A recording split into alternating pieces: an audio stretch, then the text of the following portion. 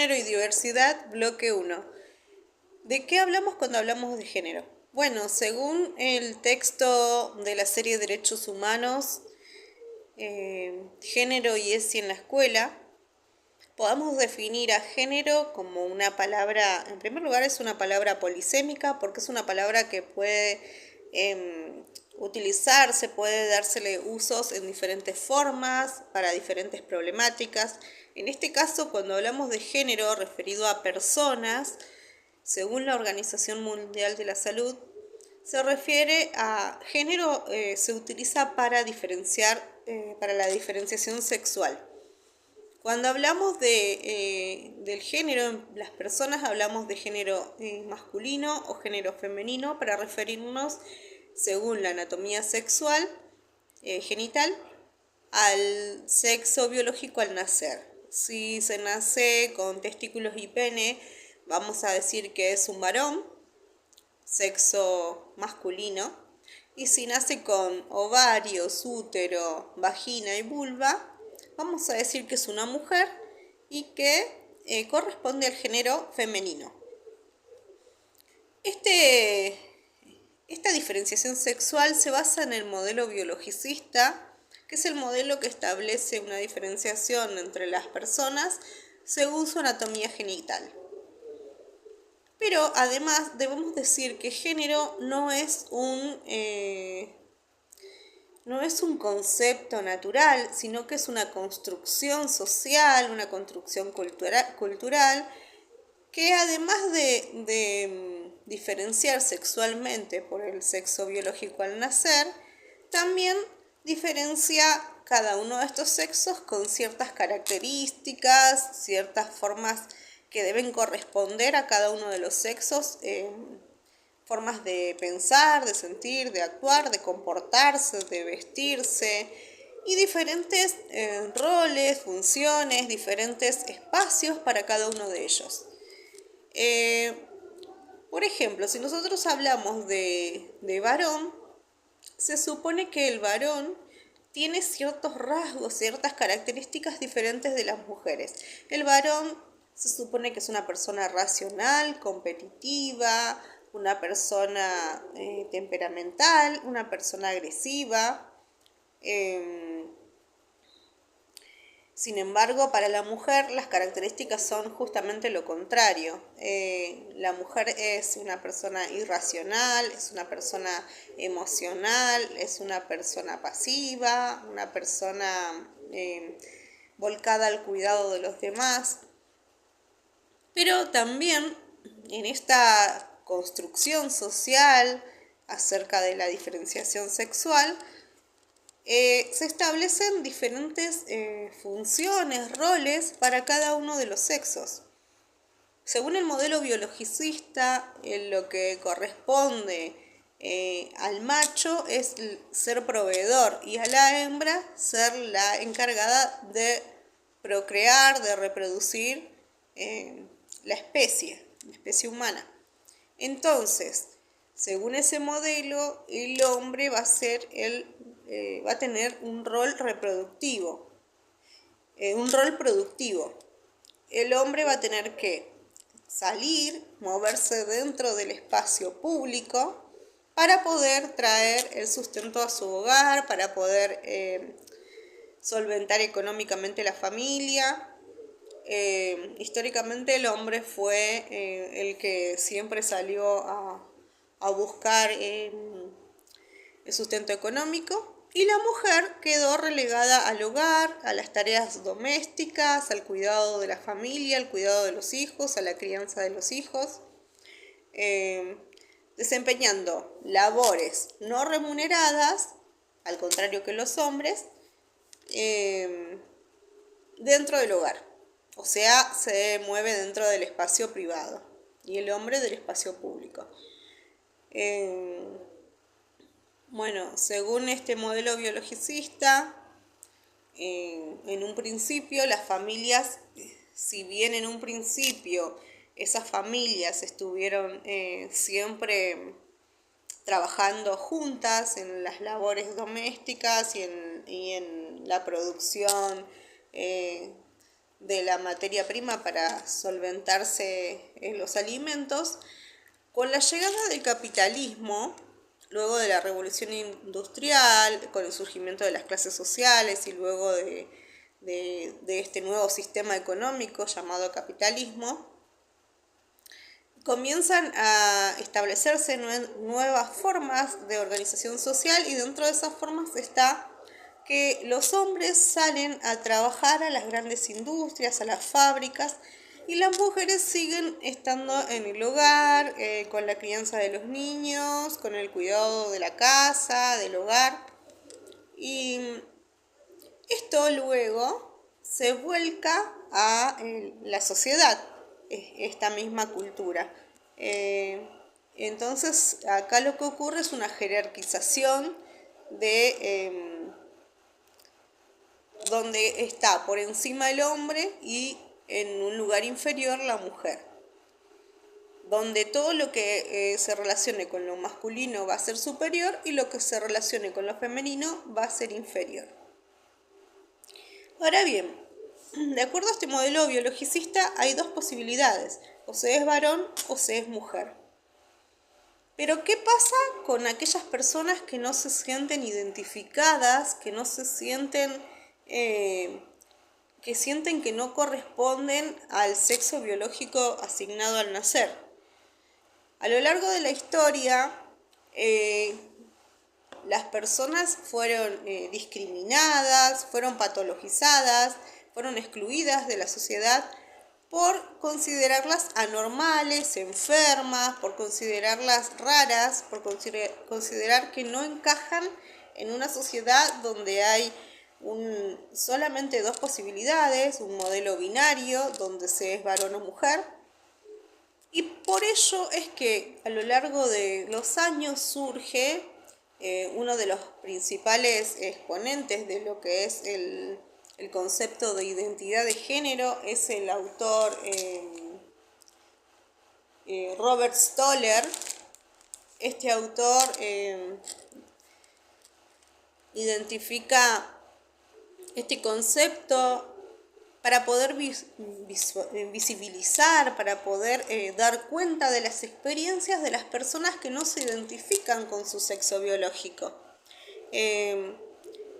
La identidad de género, según nuestra ley, la ley 26.743, que es la ley de identidad de género,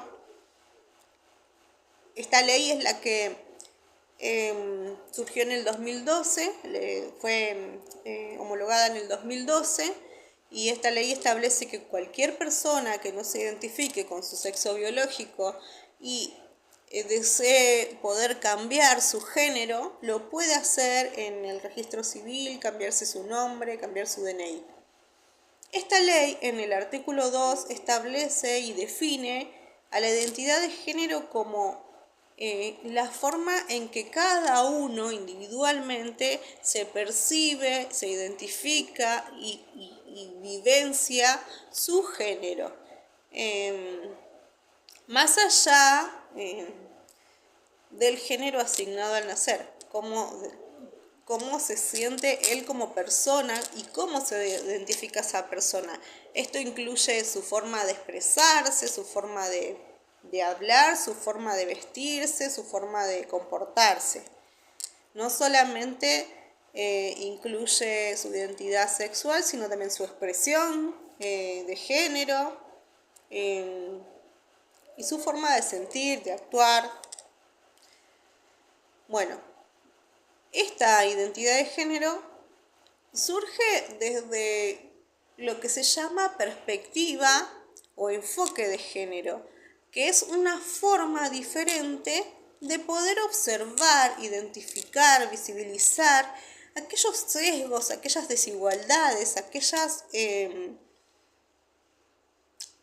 formas, costumbres, ideas que tenemos naturalizadas, que tenemos arraigadas en nosotros y que las pasamos por alto porque están muy enraizadas en nuestra cultura y las tomamos como naturales. Lo que hace el enfoque de género es cuestionar, ciertas costumbres, ciertas formas de discriminar, ciertas formas de jerarquizar, de, de marcar esas desigualdades entre todo lo que es masculino y lo que es femenino. Y lo que hace es cuestionar eso, criticarlo, y así poder deconstruir esas ideas para poder construir una nueva forma de sociedad donde puedan ser incluidas todas las identidades, no solamente el binario varón-mujer, sino otras identidades que son plurales y son diversas, como las lesbianas, gays, asexuales, intersexuales, queers y todas las posibilidades de identidades de géneros que podamos encontrar. Para esto lo que ayudó mucho fue el movimiento feminista o los movimientos feministas, porque podríamos decir que feminismos no hay un solo feminismo, sino que el feminismo fue pasando por diferentes etapas y se fueron dando diferentes feminismos. Vamos a hablar del feminismo de la primera ola, que es el feminismo que surge a partir del siglo XVIII. Este feminismo se llamó feminismo de la igualdad porque este feminismo comenzó a moverse. El feminismo es un movimiento social que lucha por los derechos. En este caso, en la primera ola se luchaba por los derechos de la igualdad de la mujer ante el hombre. Derechos civiles, derechos como el derecho al voto, el derecho a la educación, el derecho al trabajo remunerado y reconocido y un trabajo pago como igual que el de los hombres. Esta primera ola logró visibilizar esas desigualdades, logró conseguir algunos derechos, pero hacia el siglo XIX, y principios del XX surge una segunda ola, que es la ola del feminismo de la diferencia, se llamó. Luego de la Segunda Guerra Mundial, durante la Segunda Guerra Mundial, las mujeres estuvieron trabajando, estuvieron sosteniendo económicamente sus hogares porque los hombres habían ido a la guerra. Pero cuando termina la Segunda Guerra Mundial, lo que sucede es que la cultura, la sociedad conservadora, lo que quiere, lo que busca es que estas mujeres que estuvieron sosteniendo su hogar económicamente dejen de trabajar y vuelvan a sus hogares a cumplir su rol pasivo de mujer en el espacio privado, de mujer al cuidado de sus hijos, de mujer relegada a las tareas domésticas, de mujer sin remuneración. Pero estos movimientos sociales, estos movimientos feministas, luchan por sostener su derecho por un espacio igual que el de los hombres, con una salida laboral, con una remuneración, con un reconocimiento a esas diferencias también. Reconoce que las mujeres y los hombres son diferentes y reconoce también que tenemos los mismos derechos. Acá lo que también surge es una nueva lucha, que es la lucha por también las diferencias que se hacen no solamente entre varones y mujeres, sino también la discriminación y la desigualdad que existe entre las personas según las clases sociales, según la raza, según su religión. Entonces se busca incluir también que se consigan derechos para estas personas. Luego, hacia fines del siglo XX, surge la tercera ola del feminismo, que se llamó el feminismo crítico. El feminismo crítico pone en cuestión a los dos feminismos anteriores también, porque cuestiona que no se debe sostener esas desigualdades entre hombres y mujeres, pero tampoco que se debe marcar esas diferencias, y porque esos sigue sosteniendo que somos diferentes. Entonces lo que hace es buscar que se reconozcan los derechos para las mujeres y también se reconozcan las nuevas identidades, las identidades que no forman parte de ese modelo biologicista binario. Busca luchar por los derechos también de todas las identidades, no solamente de las mujeres, sino de todas las identidades diversas, plurales que existen.